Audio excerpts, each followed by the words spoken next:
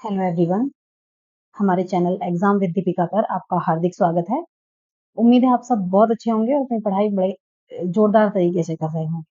तो देखिए, ये हमारी एक स्पेशल क्लास है जिसमें हम 40 क्वेश्चंस कवर करते हैं। ठीक है, ये हमारी जीके जीएस की क्लास है और ये सभी आपके एग्जाम्स के लिए इम्पोर्टेंट है। ठीक है, इसमें हम सभी इंपॉर्टेंट क्वेश्चंस जीके जीएस के कवर करते हैं। ठीक है, तो ये हमारी सीरीज चली हुई है। ये आपको इवनिंग में आती है 8 PM पर।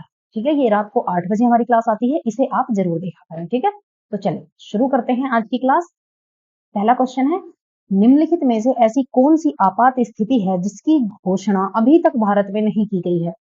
तो देखिए, ये आपको बिल्कुल आंख बंद करके याद कर लेना है कि भारत में आज तक वित्तीय आपात की घोषणा नहीं की गई है। ठीक है, तो वित्तीय आपात की घोषणा भारत में नहीं की गई है। तो आप ऑप्शन वैसे इसमें दिए हैं, आंतरिक अशांति के कारण उत्पन्न आंतरिक आपात स्थिति, इनकी घोषणा हो चुकी है। बाहरी खतरों के कारण बाहर, देखिए ये इन सब की हो चुकी है। बात करते हैं वित्तीय आपात। तो वित्तीय आपात यानी फाइनेंशियल इमरजेंसी एक ऐसी इमरजेंसी है जिसकी अभी तक भारत में घोषणा नहीं हुई है। आपको पता होना चाहिए ये किस अनुच्छेद के अंतर्गत आती है। तो ये आती है अनुच्छेद 360 के अंतर्गत। ठीक है, अनुच्छेद 360 में आता है वित्तीय आपात। तो जो वित्तीय आपात है उसकी घोषणा भारत में अभी तक नहीं की गई है। ठीक है, चलिए नेक्स्ट क्वेश्चन देखते हैं। भारत का राष्ट्रपति अपने पद पर पुनर्निर्वाचन के लिए कितनी बार खड़ा हो सकता है। तो देखिए, भारत का राष्ट्रपति एक ऐसा व्यक्ति है जो जितनी बार चाहे उतनी बार अपने इस पद के जो पुनर्निर्वाचन है उसके लिए खड़ा हो सकता है। देखिए, जबकि अमेरिका में क्या होता है, अमेरिका में कोई भी व्यक्ति केवल 2 ही बार प्रेसिडेंट बन सकता है। ठीक है, उससे ज्यादा बार वो प्रेसिडेंट नहीं बन सकता। परंतु हमारे देश में कोई व्यक्ति जितनी बार चाहे उतनी बार वो बन सकता है। ठीक है, उतनी बार वो इस पद के लिए खड़ा हो सकता है, उतनी बार वो चुना जा सकता है। चलिए अगला प्रश्न देखते हैं। भारतीय संघ के राष्ट्रपति के पास वही संवैधानिक अधिकार हैं जो, आपके पास ऑप्शन है, ब्रिटिश राजा रानी के पास है, यूएसए के राष्ट्रपति के पास है, पाकिस्तान के राष्ट्रपति के पास है या फ्रांस के राष्ट्रपति के पास है। देखिए, हमारे जो भारत के जो राष्ट्रपति है उसके पास वो संवैधानिक अधिकार है जो ब्रिटिश राजा के पास है। ठीक है, जो वहां की रानी के पास है। चलिए,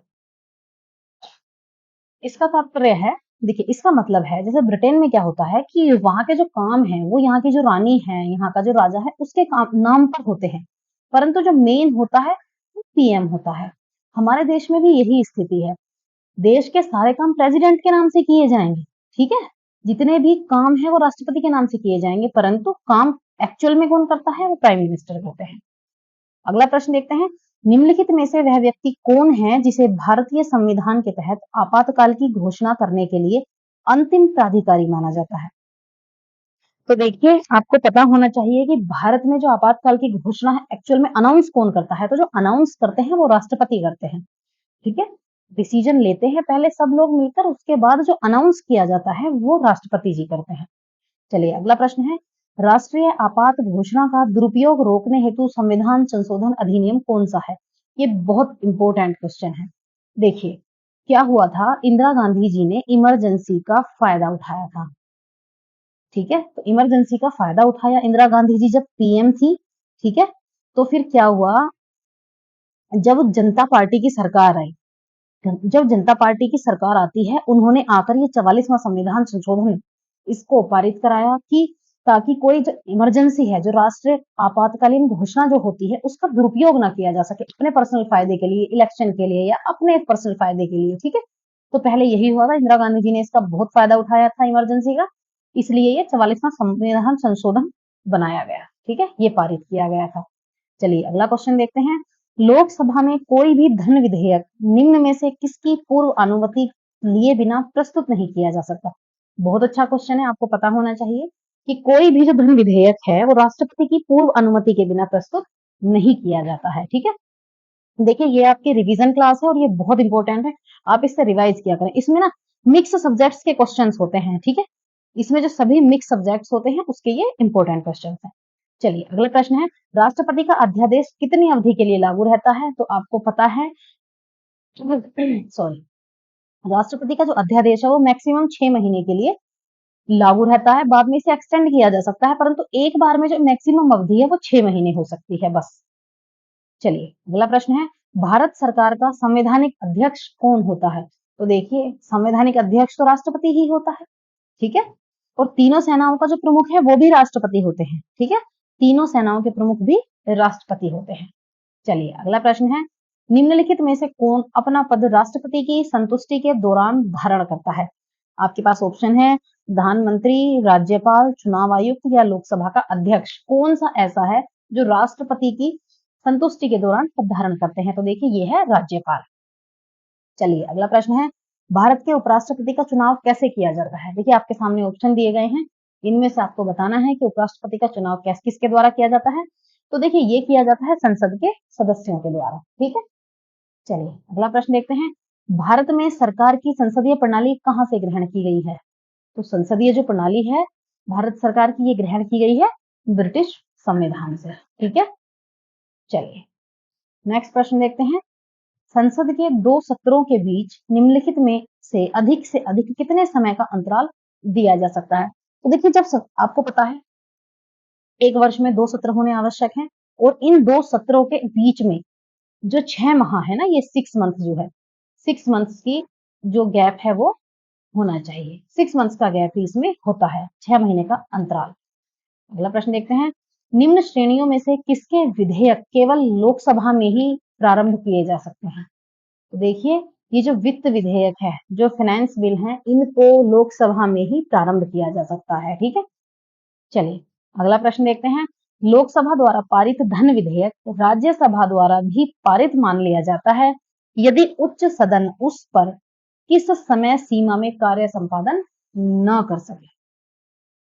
तो आपके सामने ऑप्शंस दिए गए हैं, 10 दिन, 14 दिन, 20 दिन या 30 दिन। ये तो वैसे आपके रिवीजन के लिए है, वैसे आपको पता होगा कि 14 दिन तक यदि राज्यसभा द्वारा इसका रिप्लाई नहीं आता है तो या इसे पारित नहीं किया जाता है तो ये पारित मान लिया जाता है, ठीक है।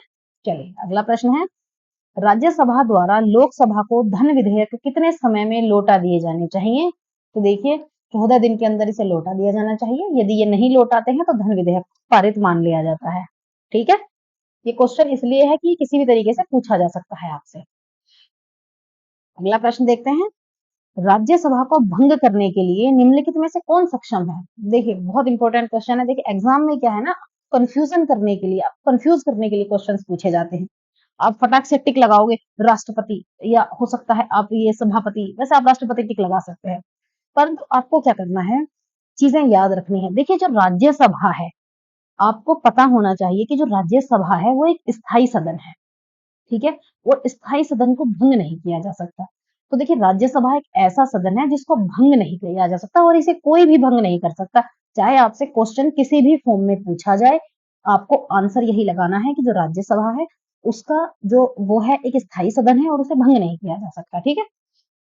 आपसे अलग अलग तरीके से क्वेश्चन पूछा जा सकता है, जैसे कि अगला क्वेश्चन देख रहे हैं हम, निम्न में से किस परिस्थिति के अंतर्गत राज्यसभा को भंग किया जा सकता है? ऑप्शन है, जब देश में वित्तीय आपात घोषित हुआ हो, जब संवैधानिक तंत्र के असफल होने पर आपातकाल की घोषणा की गई हो, ए और बी दोनों या इनमें से कोई नहीं।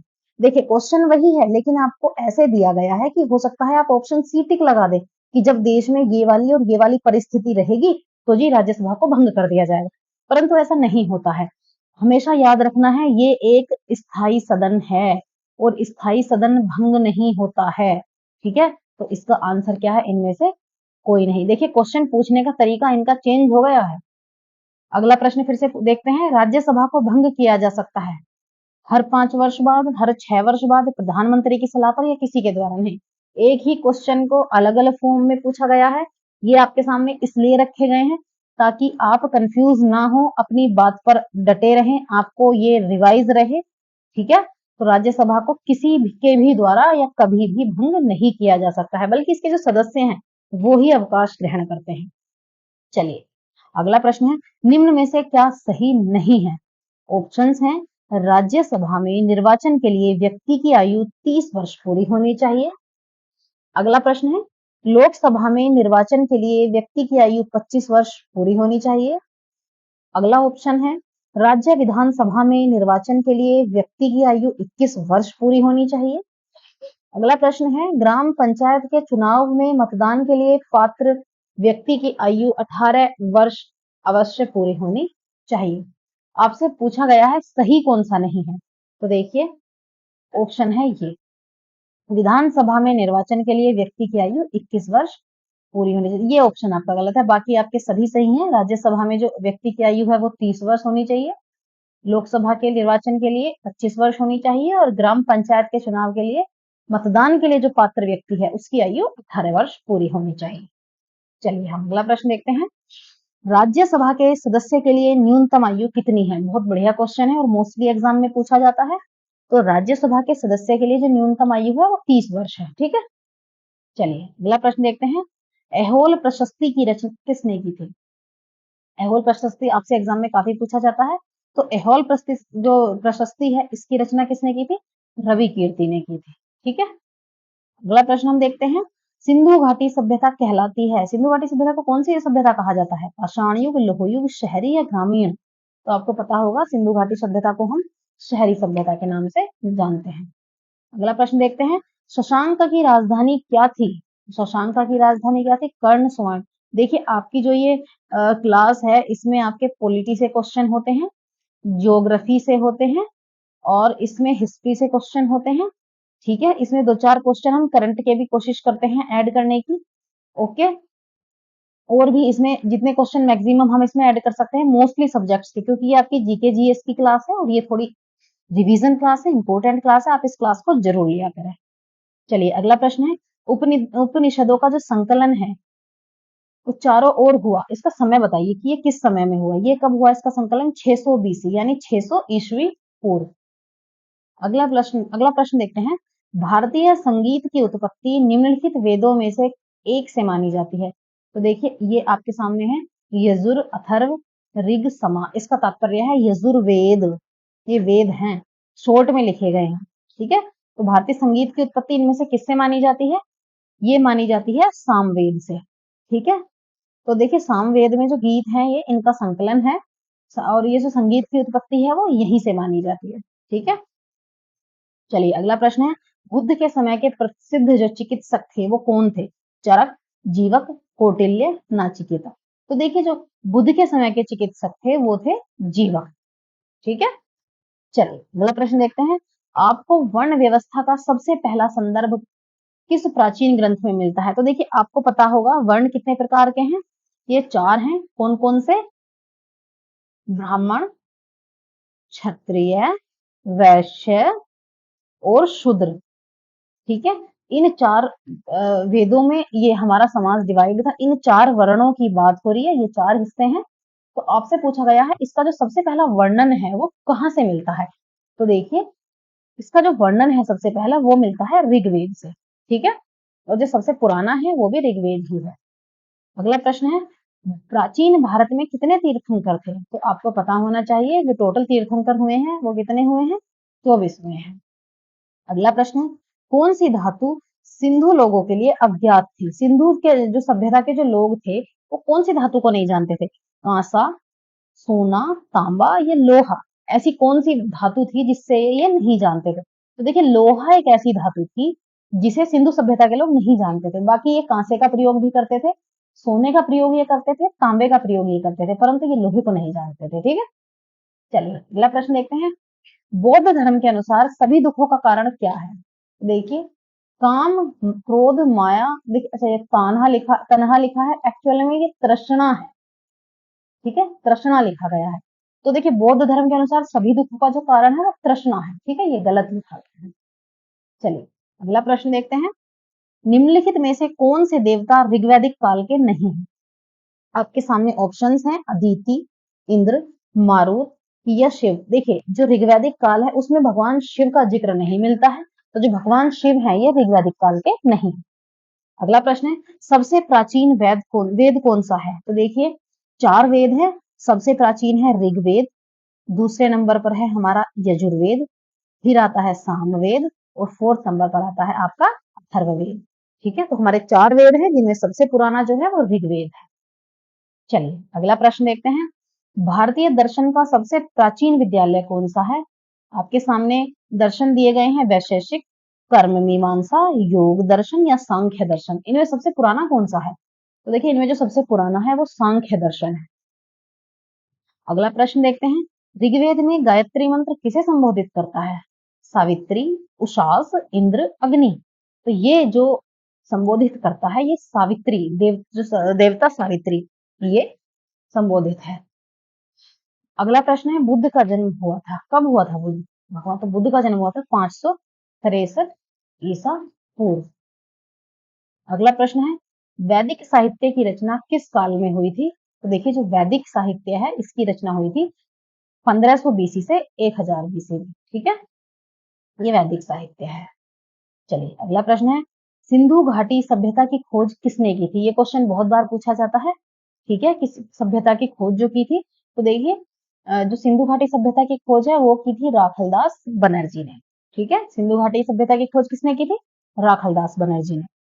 अगला प्रश्न देख लेते हैं, बौद्ध धार्मिक जो ग्रंथ है त्रिपिटक वो लिखा गया है, त्रिपिटक किस भाषा में लिखा गया है? तो देखिए तो बौद्ध धर्म में जो त्रिपिटक वो किस भाषा में लिखा गया है? ये पाली भाषा में लिखा गया है। ठीक, पाली भाषा।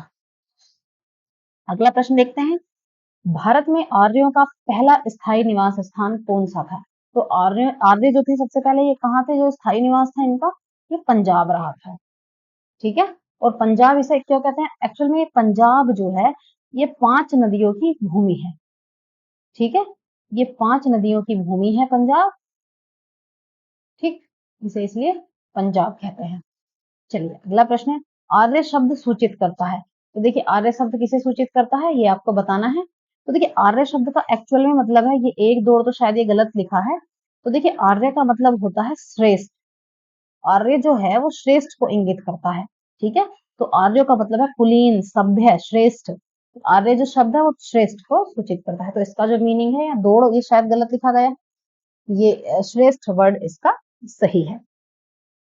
तो आज की क्लास में इतना ही। इस क्लास में हमने 40 इंपोर्टेंट क्वेश्चंस कवर किए हैं।